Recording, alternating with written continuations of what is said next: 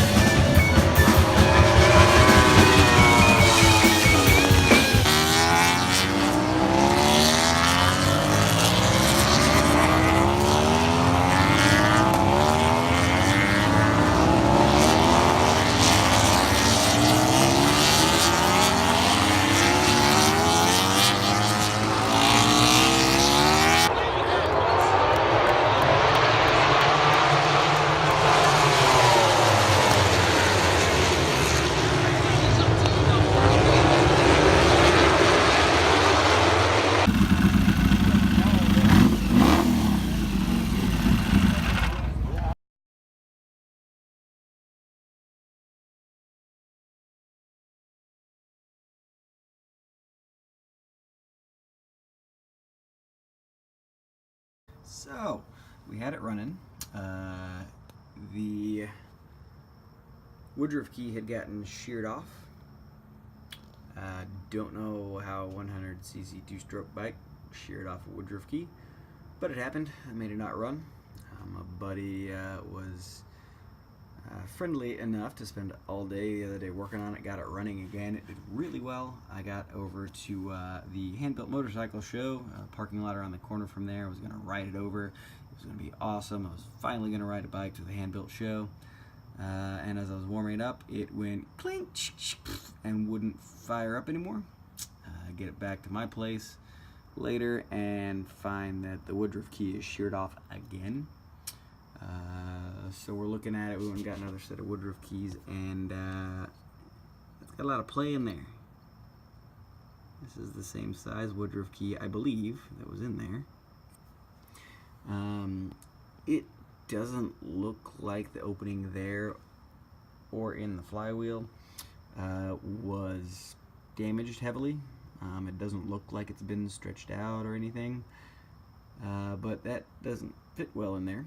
Then the other one that's the same size but a little bit thicker is too big. So I'm trying to figure out where to go from here.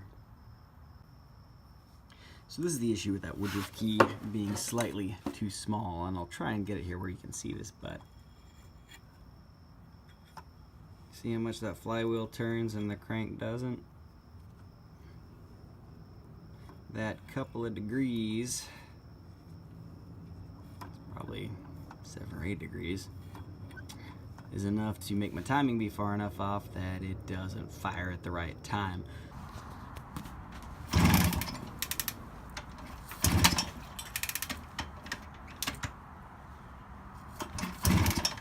Because I've got some wiggle,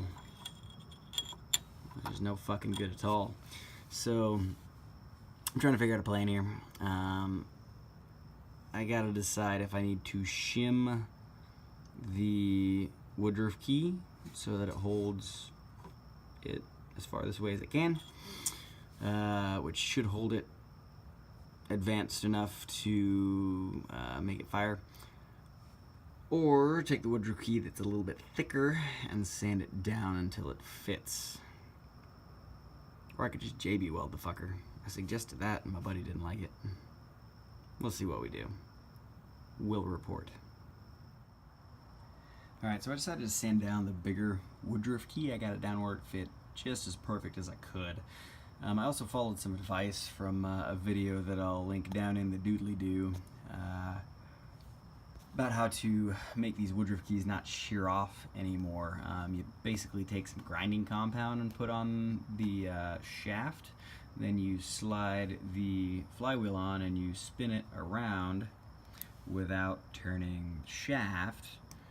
Put it in gear. I put mine down in first gear, and that helped lock it without trying to spin it all over the place. And just kind of run it around for about a minute, and that cleans up the surfaces. Because part of what is happening is that the mating surfaces get messed up and they don't mate properly, which is really where your clamping and gripping and spinning force is. That woodruff key is just a little aluminum or mild steel key that's designed to shear off. It's supposed to be sacrificial.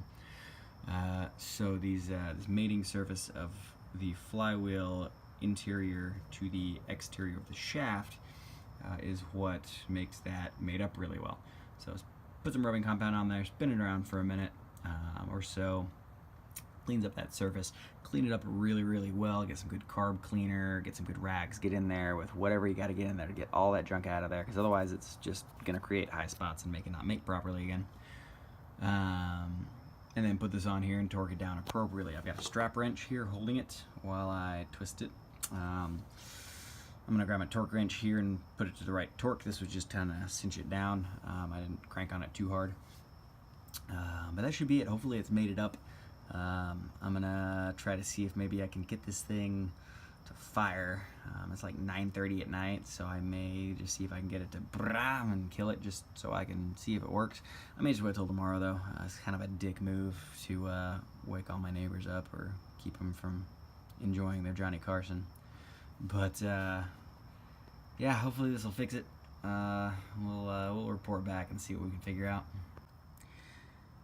And while I've got a little bit of downtime while I'm working on this, I went ahead and replaced this oil line here to the old one that was on it. Was the original, I believe. It was starting to crack in a couple of places and it was kind of leaky. I replaced it originally with a 1/4 inch inner diameter tubing, which fit pretty well on this. It was just a touch loose. Like it fit really well, it just didn't have to stretch. And it fit really well inside this grommet. Problem is that it leaked around it up here and it leaked around it down here because the clamps that are on it are 40 years old and don't hold tension anymore. I got some steel wire and wrapped around them, and that had minimal effect. So I went back to the store and I got this is 3/16 inner diameter line. Heated it up in some really hot water on the ends, and that kind of helped open it up and stretch over. Which appeared to work really well. Yeah, it's got a little bit of a gap there, but that's not metal. I don't foresee that being a problem. So yeah, I got that done as well. So hopefully we can get her to fire up for me sometime tomorrow.